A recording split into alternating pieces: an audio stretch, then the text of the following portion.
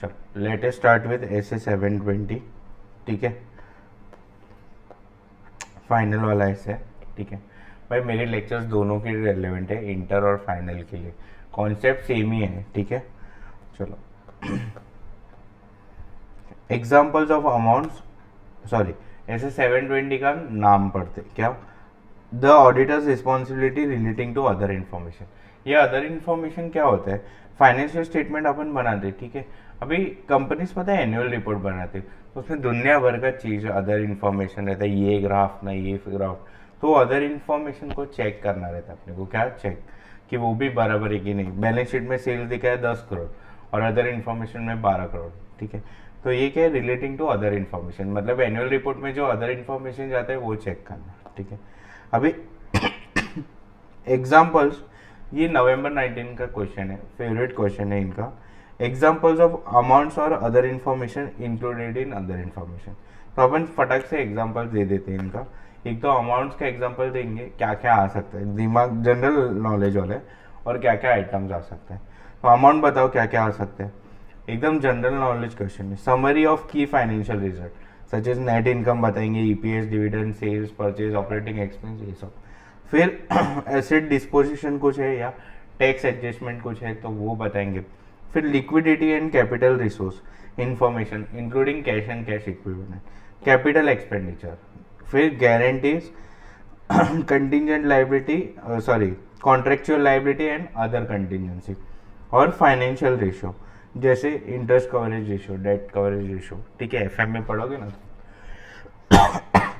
तो अमाउंट्स के लिए एकदम सिंपल, पहले क्या आता है, मतलब बैलेंस शीट में एसेट्स, ठीक है, सॉरी P&L आता है पहले, तो इनकम, नेट इनकम, सेल्स, फिर बाद में क्या है, एसेट्स की बात है तो एसेट डिस्पोजिशन, टैक्स, फिर कैपिटल की बात है तो दो चीज़, कैपिटल रिसोर्स इंफॉर्मेशन और कैपिटल एक्सपेंडिचर, फिर कंटिजेंट लायबिलिटी नीचे का, तो guarantees, contractual liability, other contingency, और लास्ट में ओवरऑल तो फाइनेंशियल रेशियो जैसे कि interest coverage ratio, debt coverage ratio. Items में क्या क्या आएगा, तो दिमाग simple, accounting estimates, related party relation and related party transaction, off balance sheet item, general description of business environment and outlook, overview of strategy, और explanation related to specific segment.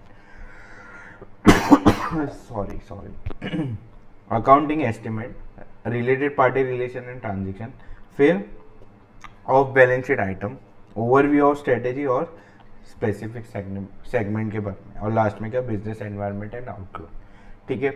अभी ये question तो आ गया है, अगर ऑडिट प्रोसीजर पूछना रहेगा तो उनको तो 3D लिख देना, क्या 3D, DDD, ठीक है।